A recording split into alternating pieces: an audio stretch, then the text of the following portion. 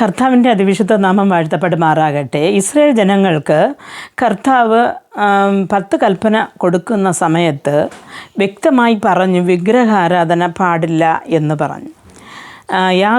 പുറപ്പാടിൻ്റെ പുസ്തകം 34-ാമത്തെ അധ്യായം അതിൻ്റെ 17-ാമത്തെ വാക്യത്തിൽ ഇങ്ങനെ പറയുന്നു, ദേവന്മാരെ വാർത്തുണ്ടാക്കരുത് എന്ന്.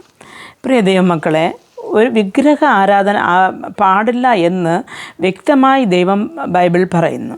അപ്പോൾ ദൈവമക്കളെന്ന് അവകാശപ്പെടുന്ന നാം പോകുന്ന ആരാധന സ്ഥലങ്ങളിൽ വിഗ്രഹങ്ങൾ, വാർക്കിപ്പിക്കപ്പെട്ട വിഗ്രഹങ്ങളുണ്ടോ എന്ന് നോക്കണം. നമ്മൾ പുതിയ നിയമത്തിൽ നാം നോക്കുമ്പോൾ സമേരിയ സ്ത്രീയോട് കർത്താവ് സംസാരിക്കുന്ന സമയത്തിൽ പറയുന്ന ഒരു വാക്കുണ്ട്. യോഹന്നാൻ്റെ സുവിശേഷം 4-ാമത്തെ അധ്യായം അതിൻ്റെ 24-ാമത്തെ വാക്യത്തിൽ ഇങ്ങനെ കാണുന്നു, ദൈവം ആത്മാവാകുന്നു, അവനെ നമസ്കരിക്കുന്നവർ ആത്മാവിലും സത്യത്തിലും നമസ്കരിക്കണം എന്ന്.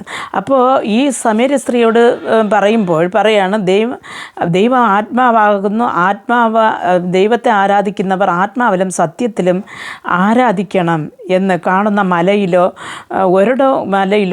ഒരിടവും കുന്നുകളിലോ ദൈവമില്ല എന്ന് വ്യക്തമായിട്ട് ദൈവം ആ ഭാഗങ്ങളിൽ സമേരിയ സ്ത്രീയോട് പറയുന്നത് നാം കാണാം. പ്രിയ ദൈവമക്കളെ, നാം ദൈവത്തെ ആരാധിക്കുന്ന ദൈവം ഒരു ആത്മാവായ ദൈവമാണ്. അപ്പോൾ ആത്മാവായ ദൈവത്തിന് നമുക്ക് എന്ത് രൂപം നൽകാൻ കഴിയും? ഒരു മരത്തിൻ്റെ രൂപം ഒരു ആത്മാവായ ദൈവത്തിന് നൽകുവാൻ കഴിയുമോ?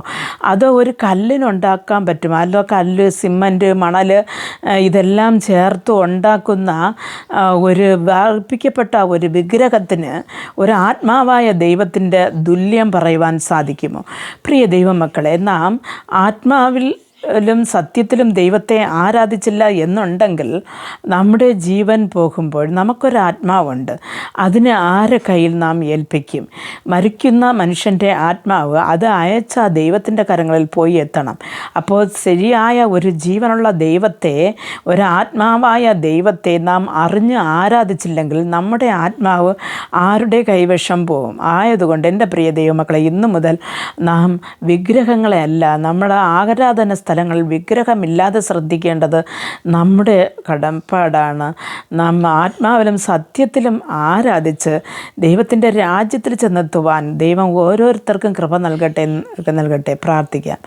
ഞങ്ങളെ അതിവാത്സല്യമായി സ്നേഹിച്ച് വഴി നടത്തുന്ന ഞങ്ങളുടെ സ്വർഗ്ഗസ്ഥ പിതാവേ, കർത്താവേ, ഈ മാറിക്കൊണ്ടിരിക്കുന്ന ലോകത്ത് പലതിനെയും ദൈവമെന്ന് കരുതുന്ന ഒരു മനുഷ്യ സമൂഹം ഈ ലോകത്തിരിക്കുമ്പോൾ അതൊന്നുമല്ല, ദൈവം ആത്മാവാകുന്ന ഒന്ന് അറിഞ്ഞിട്ട് ആത്മാവായ ദൈവത്തിനെ ആത്മാവിലും സത്യത്തിലും ആരാധിക്കുവാനും, കർത്താവെ ദൈവമേ, നിങ്ങൾ തന്നെ കർത്താവ് നമ്മൾ ആശ്രയം വെപ്പാനും, ഞങ്ങളുടെ ആത്മാവിനെ കരങ്ങളിൽ പരമേൽപ്പിച്ച് നിൻ്റെ രാജ്യത്തിൽ വന്നു ചേരുവാനും ഞങ്ങളെ ഓരോരുത്തരെയും കരം പിടിച്ച് നടത്തണമെന്ന് പ്രാർത്ഥിക്കുന്നു. യേശു ക്രിസ്തുവിൻ്റെ നാമത്തിൽ പ്രാർത്ഥിക്കുമ്പോൾ പ്രാർത്ഥന കൃപയോട് കേട്ട് മറുപടി നൽകി തരണം നല്ല പിതാവേ. ആമേൻ.